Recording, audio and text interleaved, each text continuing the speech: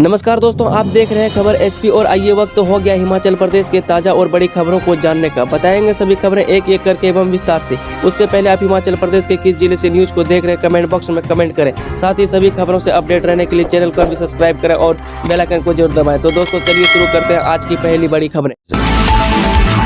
CM Sukhu बोले न्यूनतम शैक्षणिक योग्यता के हिसाब से देंगे करुणामूलक नौकरियां। जब मुख्यमंत्री सुखविंदर सिंह सुक्खू ने कहा कि न्यूनतम शैक्षणिक योग्यता के हिसाब से सरकार करुणामूलक नौकरियां देगी। मंगलवार को विधानसभा सदन में प्रश्नकाल के दौरान विधायक के ठाकुर के सवाल का जवाब देते हुए मुख्यमंत्री ने कहा कि पूर्व सरकार ने इस मामले पर कुछ काम नहीं किया। प्रदेश सरकार ने इस मामले पर विचार करने के लिए कमेटी बनाई है। कमेटी के साथ ही 2 बार चर्चा हो चुकी है। जल्द कार्य योजना सामने लाई जाएगी। वहीं मुख्यमंत्री ने कहा कि पूर्व सरकार ने करुणामूलक आधार की नौकरियों के सरकारी विभागों में 1766 और निगमों बोर्डों में 734 आवेदन रिजेक्ट किए। सिर्फ 25% को ही नौकरियां दी। वहीं मुख्यमंत्री ने कहा कि बीते 3 साल में करुणामूलक नौकरियों के लिए सरकारी विभागों में 4099 और निगम बोर्डों में 2971 आवेदन आए। शिमला नगर निगम का नया प्लान, मॉल, शोरूम और वाइन शॉप के लिए किराए पर दी जाएगी कॉरपोरेशन की खाली जमीन। नगर निगम शिमला ने अब अपनी आय को बढ़ाने के लिए नए रास्ते तलाशना शुरू कर दिए हैं। निगम में मंगलवार को वित्त कमेटी की बैठक हुई। बैठक में यह प्रस्ताव पास किया गया कि नगर निगम की जितनी भी भूमि खाली पड़ी है उसकी पूरी डिटेल संपदा शाखा से ले ली जाएगी। इस भूमि पर क्या क्या काम किया जा सकते हैं इसका पूरा प्लान तैयार किया जाएगा। इसके लिए पहले चरण में 2 आबकारी विभाग की जितनी भी दुकानें शराब की शहर में खुली हुई है उन्हें नगर निगम की भूमि में बनाकर किराए पर दिया जाएगा। वहीं नगर निगम को आय का एक अतिरिक्त साधन मिल सकेगा। इसके अलावा शहर में जो भी बड़ा मॉल, दुकान या कोई शोरूम कंपनी खोलना चाहती है नगर निगम उसे भी जमीन के साथ बेफ्रिकेटेड स्ट्रक्चर मुहैया करवाएगा। मुख्यमंत्री सुक्खू बोले आपदा से निपटने के लिए विधायक निधि में की जाएगी कटौती। जब मुख्यमंत्री सुखविंदर सिंह सुक्खू ने मंगलवार को विधानसभा के मानसून सत्र के दूसरे दिन सदन में कहा कि प्रदेश सरकार प्राकृतिक आपदा प्रभावितों को राहत पैकेज देने की घोषणा कर चुकी है और इसके लिए हर तरह की कटौती की जाएगी। सरकार के पास सीमित बजट है, ऋण भी एक सीमा तक ही ले सकते हैं। सरकार विधायक निधि में कटौती करेगी तभी आपदा से हुए नुकसान की कुछ भरपाई कर पाएंगे। उन्होंने कहा कि विपक्ष राष्ट्रीय आपदा शब्द ही नहीं निकाल रहा है। केंद्र सरकार पर फूटा सीटू व किसान सभा का गुस्सा, गांधी चौक पर करेंगे प्रदर्शन, इन मांगों के लिए उठाएंगे आवाज।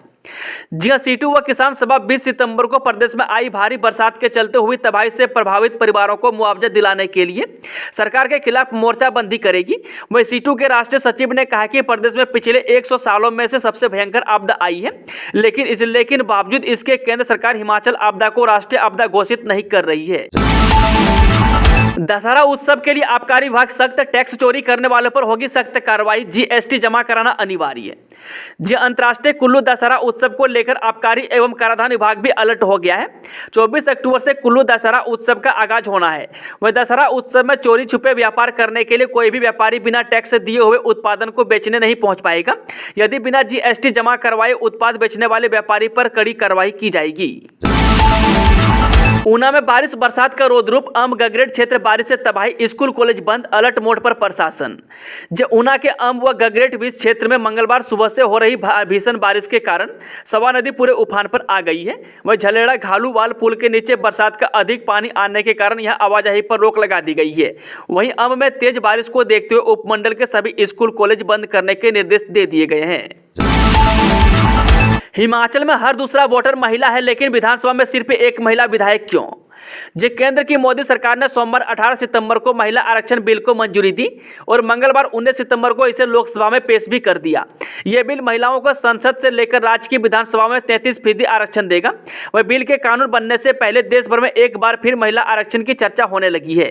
इस बीच राज्यों की विधानसभा में महिलाओं के प्रतिनिधित्व की बात करें तो मौजूदा समय में हिमाचल प्रदेश में महिलाओं का प्रतिनिधित्व सबसे कम कहा जा सकता है, क्योंकि हिमाचल प्रदेश की 68 विधायकों वाली विधानसभा में सिर्फ एक महिला विधायक है। जरूरत पर खुलेंगे बंद संस्थान, दफ्तर डिनोटिफाई करने पर सुक्खू और जयराम आमने सामने।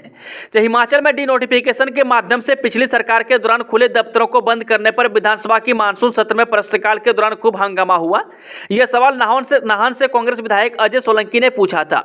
उन्होंने पूछा था कि उनके चुनाव क्षेत्र में 31 जनवरी 2023 तक कितने कार्यालय खोले गए थे और उनके लिए स्टाफ की व्यवस्था क्या थी। मुख्यमंत्री ने इसका जवाब देते हुए कहा कि नाहन विधानसभा क्षेत्र के तहत कुल अच्छे कार्यालय खोलने की अधिसूचना जारी की गई थी। इन अधिसूचनाओं को राज्य सरकार ने 1 अप्रैल 2022 के बाद लिए निर्णय की समीक्षा के बाद रद्द कर दिया है। इसमें काला आम उप तहसील और 5 अन्य पटवार सर्कल शामिल हैं। वहीं मुख्यमंत्री ने कहा कि कार्यालय के लिए कर्मचारी की तैनाती नहीं की गई थी, सिर्फ चुनावी लाभ के लिए इन्हें खोला गया था। इसलिए जब जरूरत होगी तो वह पूरे तामझाम के साथ इन्हें दोबारा खोला जाएगा। केंद्रीय कानून मंत्री ने लोकसभा में पेश किया महिला आरक्षण विधेयक, जाने क्या है इसमें खास। जिन लोकसभा में आज महिला आरक्षण विधेयक को पेश कर दिया गया है। नए संसद भवन में केंद्रीय कानून मंत्री अर्जुन मेघवाल ने इस विधेयक को पेश किया। बता दें कि महिला आरक्षण विधेयक का नाम नारी शक्ति बंधन अधिनियम बिल है। हालांकि सदन में विधेयक के पेश होने पर विपक्षी नेताओं ने बिल की कॉपी को लेकर हंगामा किया। वह सदन में विधेयक को पेश करते हुए केंद्रीय मंत्री मेघवाल ने कहा कि यह बिल बहुत महत्वपूर्ण है। इसमें एक आर्टिकल ला रहे हैं जिसके तहत दिल्ली में 33% महिलाओं को आरक्षण मिलेगा। इसके अलावा विधानसभाओं में भी महिलाओं को 33% आरक्षण की व्यवस्था कर रहे हैं। वह मेघवाल ने कहा कि इस बिल के कानून बनने के बाद लोकसभा में महिलाओं की संख्या 82 से 181 हो जाएगी। उन्होंने बताया कि सबसे पहले यह बिल देवगौड़ा जी के समय में आया था, इसके बाद अटल जी की सरकार में आया। बता दें कि संसद के दोनों सदनों में इस बिल के पास होते ही इसे राष्ट्रपति की मंजूरी के लिए भेजा जाएगा और राष्ट्रपति की मंजूरी के बाद यह बिल कानून बन जाएगा। वह कानून बनने के बाद महिलाओं को लोकसभा और राज्यसभा विधानसभाओं में की 33% सीटें पर आरक्षण मिलेगा। 2 महीने बाद सुनाई देगी छूक छूक। कालका से सोलन के बीच आज से चलेंगी 2 स्पेशल ट्रेन।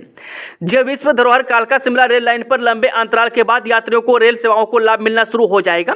रेलवे द्वारा 20 सितंबर से कालका से सोलन के बीच 2 स्पेशल ट्रेन का संचालन शुरू कर दिया जाएगा। इसके लिए रेलवे ने सोमवार को कालका से सोलन तक रेल मार्ग पर ट्रायल किया, जो सफल रहा था।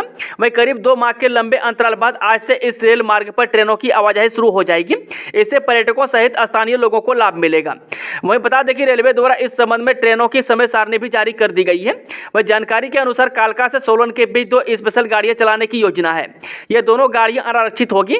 इसमें पहली गाड़ी संख्या 04506 सुबह 4:30 बजे से कालका से चलकर 7:15 बजे पर सोलन पहुंचेगी। इसके बाद ये गाड़ी 9:10 पर सोलन से वापस कालका को चलेगी और दोपहर 11:55 पर कालका वापस पहुंचेगी। इसके अलावा दूसरी गाड़ी संख्या 0456163 में 12:10 पर कालका से चलेगी और दोपहर बाद 2:55 पर सोलन पहुंचेगी। ये गाड़ी सोलन से 5 बजे शाम वापस चलेगी और 7:45 बजे पर कालका वापस पहुंचेंगी। वहीं विश्व धरोहर कालका शिमला ट्रैक बहाली का कार्य इन दिनों तेजी से चल रहा है। वहीं आगामी दिनों में जल्द ही ट्रेन शिमला तक पहुंच जाएगी। डॉक्टर धनीराम शांडिल स्वास्थ्य विभाग में प्रतिनियुक्तियां खत्म करने पर विचार जारी, सरकार नीति पर कर रही काम। जी स्वास्थ्य मंत्री डॉक्टर धनीराम शांडिल ने कहा कि स्वास्थ्य विभाग में प्रतिनियुक्तियां खत्म करने पर विचार जारी है। सरकार इसके लिए नीति पर काम कर रही है। प्रशासनिक कारणों के चलते कई बार प्रतिनियुक्तियों को करना पड़ता है। वहीं कांग्रेस विधायक राजेश धर्मानी ने प्रश्नकाल के दौरान मामला उठाते हुए कहा कि स्वास्थ्य विभाग का बहुत सा स्टाफ प्रतिनियुक्तियों पर डटा हुआ है। विभाग की ओर से सदन में इसकी जानकारी नहीं दी गई है। यह जानकारियां जुटाना कोई मुश्किल काम नहीं था। उधर मुख्यमंत्री ने कहा कि स्वास्थ्य विभाग में नियुक्तिकरण और प्रतिनियुक्तियों के मामले को लेकर मामला सरकार के विचाराधीन है। इस पर जल्द फैसला ले लिया जाएगा। बद्दी में बैंक का एटीएम तोड़कर 16 लाख उड़ाए, सीसीटीवी फुटेज खंगाल रही पुलिस। हिमाचल प्रदेश के सोलन जिले के बद्दी ट्रैक यूनियन के समीप आईसीआईसीआई बैंक का एटीएम तोड़कर 7 लाखों रुपये लेकर फरार हो गए। वह चोरी का पता सुबह चला। जब बैंक कर्मी बैंक में पहुंचे तो उन्होंने शटर टूटा हुआ पाया। उन्होंने तुरंत इसकी सूचना पुलिस को दी। सूचना मिलते ही बद्दी के डीएसपी प्रियंक गुप्ता और थाना प्रभारी राकेश राय मौके पर पहुंची। हिमाचल में सीमेंट हुआ महंगा, 10 रुपये प्रति बैग बढ़े दाम, जनता पर पड़ेगा अतिरिक्त बोझ। हिमाचल प्रदेश में एसीसी, अल्ट्राटेक और अंबुजा कंपनियों ने सीमेंट के दाम 10 रुपये प्रति बैग बढ़ा दिए हैं। वह सोमवार रात से बढ़े हुए दाम लागू होने के बाद अब सीमेंट का बैग 440 रुपये में मिलेगा। वह सीमेंट कंपनियों ने यह निर्णय आबकारी एवं कराधान विभाग की ओर से टैक्स बढ़ाने के बाद लिया है। वह दामों में बढ़ोतरी से आम जनता पर अतिरिक्त बोझ पड़ेगा। वह सूत्रों के अनुसार अगले कुछ दिनों में दाम 5 रुपये और बढ़ सकते हैं। वहीं एसीसी सीमेंट का एक बैग अब 430 से बढ़कर 440 रुपये और एसीसी गोल्ड का बैग 480 रुपये में मिलेगा। शिमला में कुत्तों और बंदरों से निपटने के लिए कमेटी गठित, सरकार ने अदालत को दी जानकारी।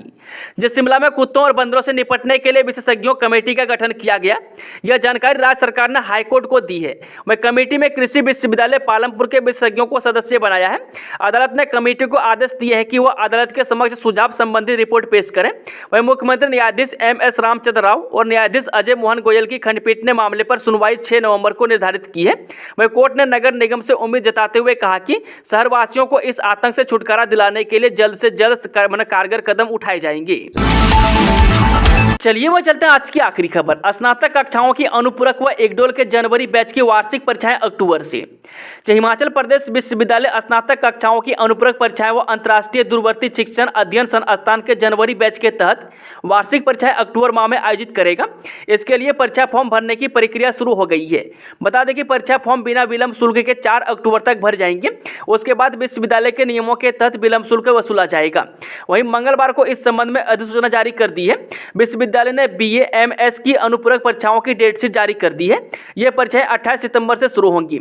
इसके अलावा विश्वविद्यालय ने MD MS आयुर्वेद प्रथम वर्ष बैच 2021 की अनुपूरक परीक्षाओं की डेट शीट भी जारी कर दी है। यह परीक्षाएं 28 व 30 सितंबर को होंगी। दोस्तों आज की खबरों का सिलसिला समाप्त होता है। अगर जानकारी पसंद आई तो वीडियो को लाइक शेयर चैनल को सब्सक्राइब जरूर करें और कमेंट बॉक्स में कमेंट करके बताएं कि आप न्यूज़ को किस जिले और पंचायत से देख रहे हैं। Thank you, all the best, जय हिंद।